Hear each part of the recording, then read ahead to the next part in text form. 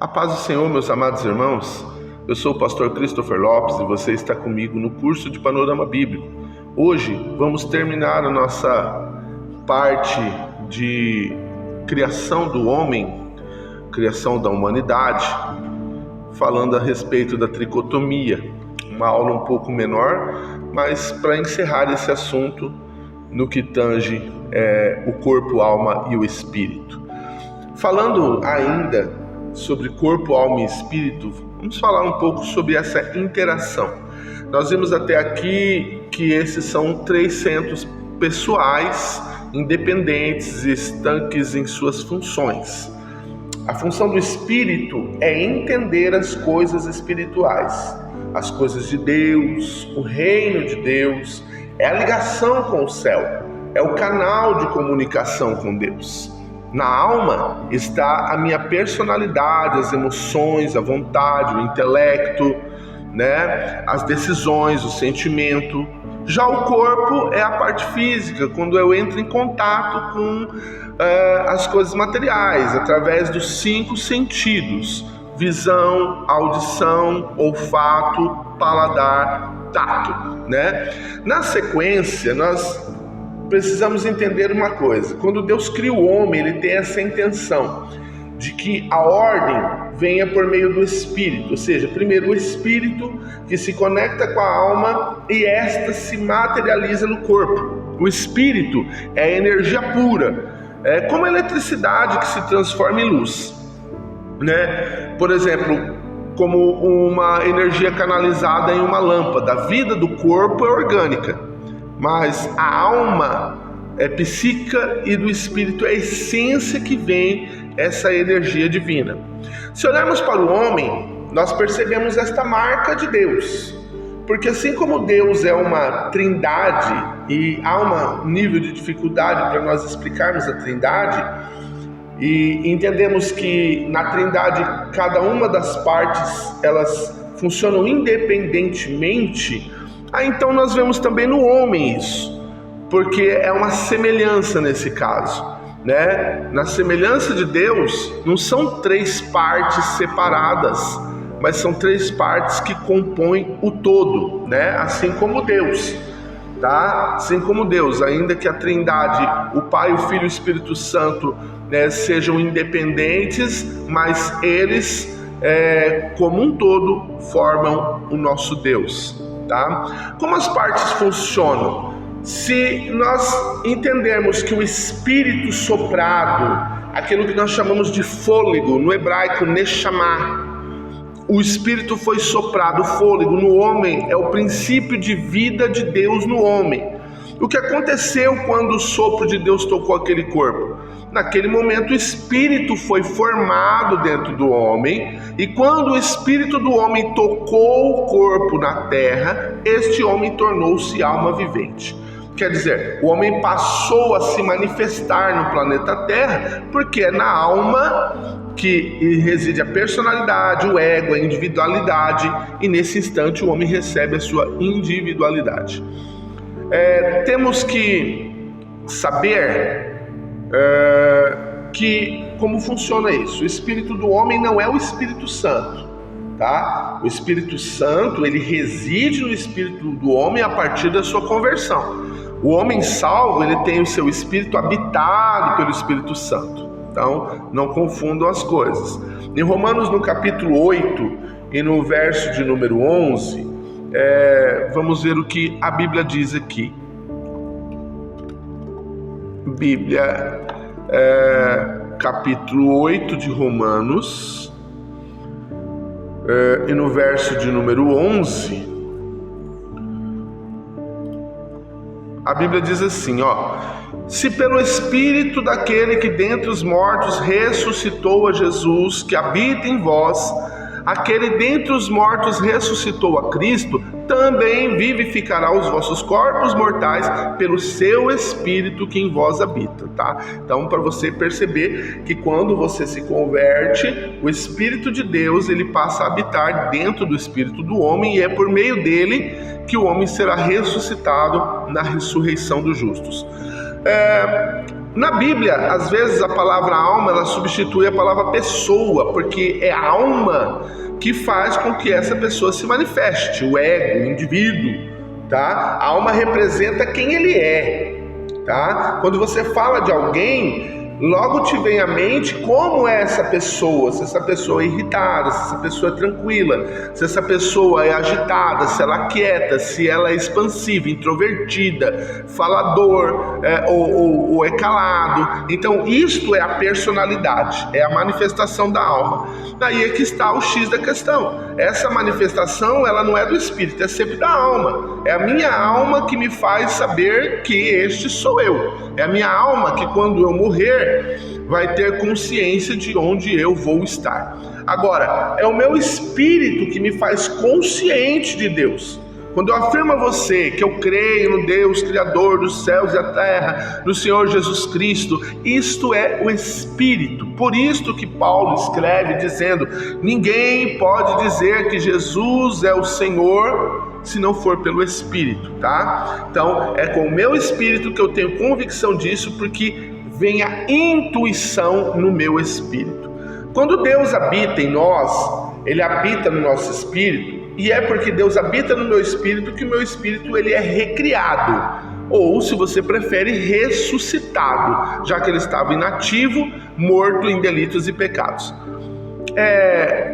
Mas e a alma? A alma ele é o elo de ligação, ele está entre esses dois mundos, no caso o espírito e a carne, o espírito e o corpo. A alma é o ponto de ligação nesses dois.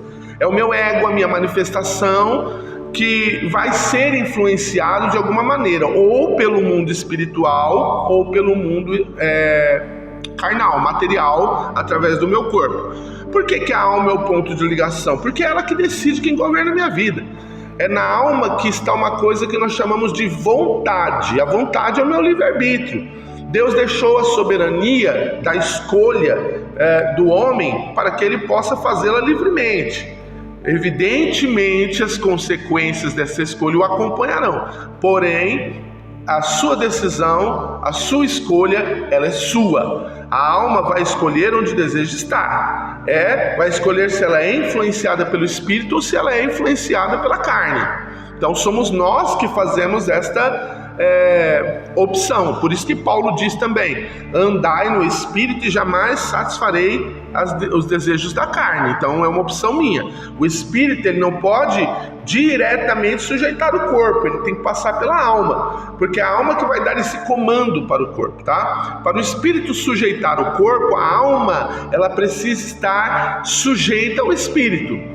Tá? É por isso que às vezes na tua cabeça, quando você recebe uma revelação, um direcionamento da parte de Deus, há um conflito. Por quê? Porque a sua alma, que influenciada pelo corpo, muitas vezes quer resistir a esta intuição espiritual. Então, quando o corpo, ou melhor, a alma, ela se submete ao espírito, então ela começa a intuir as coisas espirituais. O corpo ele também tem o mesmo poder, ele pode atrair a alma para o seu domínio e influenciar. E aí que temos então homens carnais e homens espirituais, tá? Por isso que Paulo vai também nos explicar que existe uma luta, uma guerra inconstante entre o espírito e a carne. E aqui mais uma vez nós queremos destacar que você não acha guerra da alma e da carne, você não acha o espírito pecou, mas você vê uma guerra do corpo e do espírito, e você vê textos dizendo que a alma peca, né? Na ordem original, então, Deus cria o homem para que este homem fosse influenciado pelo Espírito, através do próprio Espírito de Deus, entendendo as coisas de Deus e escolhendo esse desejo ser único e exclusivamente espiritual. Então, só para terminar isso, a alma ela faz a cooperação entre o corpo e o espírito, e o espírito deve governar através da alma. Por exemplo, o patrão é o espírito, a alma é o mordomo e o corpo é o servo, tá? O patrão dá ordem, o mordomo distribui o serviço e o corpo serve. Mas quando o homem se corrompe, essa ordem ela se torna inversa, porque aí o homem caído, contaminado pelo pecado, ele inverte o padrão. Aí quem é o patrão é o corpo. Aí o corpo dá ordem, a alma distribui o serviço e o espírito vai servir. Então, Maria, no seu cântico, ela nos deixa uma lição. Lá em Lucas, capítulo 1, verso 46 e 47, ela vai dizer assim, a minha alma engrandece, presente, estou engrandecendo, porque o meu espírito exultou. Ou seja, primeiro o espírito recebeu a alegria do Senhor, no passado, e o meu espírito se alegrou, se exultou e depois chegou na emoção. Observe como o espírito deu o comando e a alma distribuiu o serviço e o corpo então manifestou isso. A minha alma engrandece, está no presente. Então tudo na Bíblia tem sentido, até os tempos verbais. Primeiro o espírito recebe a alegria e depois a alma expressa esse sentimento e o corpo por fim manifesta. Olha só, em Provérbios capítulo 2, verso 10 e 11 diz assim: pois quando a sabedoria entrar no teu coração e o conhecimento for agradável à tua alma, então o bom juízo te guardará e a inteligência te conservará. Então observe como ele está dizendo, a sabedoria entrar no teu coração e o conhecimento for agradável à tua alma. Ele está dizendo exatamente nessa cadeia de comandos, onde o espírito dá ordem para que a alma distribua o que ela aprendeu e o corpo manifeste em obediência a esta palavra. O poder da alma é tremendo. A alma é o centro da personalidade, da influência do homem e o cerne da questão. Então na alma Deus coloca o livre-arbítrio, o homem que tem que exercer isso a todo instante, e isso mostra então que Deus não nos fez robôs, tá? Não somos autômatos. Deus faz pessoas livres, mesmo o comando sendo do Espírito, mas houve uma decisão na nossa alma de nos submeter a esse comando, tá? Então, a alma é o eixo do ser humano, ela vai inclinar o indivíduo para coisas espirituais ou para coisas carnais. Assim, a Bíblia vai nos dar a entender, então, a relação do homem carnal, que se inclina para a carne, e o homem espiritual, que se inclina para as coisas do Espírito. Então, só para nós terminarmos, o homem não é o robô que se move sob a vontade de Deus, que se move como Deus programou. A alma tem pleno poder de decisão. Eu sei que há muitas linhas de pensamento, eu sei que há um debate interminável teológico sobre questão de predestinação, sobre Calvino, arminiano, mas o que eu quero deixar claro aqui é esta ideia que nós temos aqui de que o homem é um ser livre, foi criado livre, e esta liberdade te dará consequências. Se inclina para as coisas do Espírito, como diz Romanos, então ele vai colher vida, mas se ele se inclina para as coisas da carne, certamente vai colher corrupção. A partir da próxima aula, nós estaremos falando a respeito da queda do homem, as consequências do pecado e como essa decisão ela afeta não só a nossa vida, mas as nossas gerações futuras, a humanidade, a terra como um todo. Amém? Fiquem na paz do Senhor. Não se esqueça de se inscrever no nosso canal, ativar as notificações, compartilhar esse vídeo, fazer esse vídeo chegar àquelas pessoas que você conhece, que querem entender a Bíblia Sagrada e tem a sua dificuldade. Faça esse vídeo chegar, tá bom? Se inscreva no nosso canal, acompanhe as nossas aulas, ative as notificações. Fique na paz do Senhor, que Deus os abençoe em nome de Jesus.